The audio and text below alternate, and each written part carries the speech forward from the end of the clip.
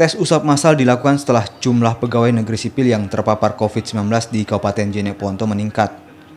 Tim gerak cepat Dinas Kesehatan melakukan tes usap secara bertahap untuk seluruh kantor operasional daerah di Kabupaten Jeneponto selama 2 pekan.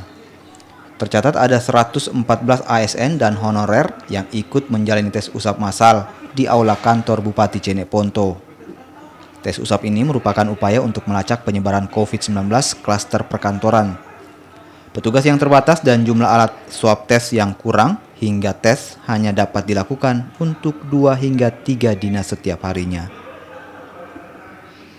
Tim gerak cepat Dinas Kesehatan Kabupaten Jeneponto melakukan pengambilan swab terhadap 3 OPD yang berada di lingkup pemerintah Kabupaten Jeneponto, dalam hal ini BKPSDM, Bapenda, dan Esbang, sesuai dengan instruksi Bupati Jeneponto melalui surat edaran yang telah diberikan ke masing-masing pimpinan OPD tersebut.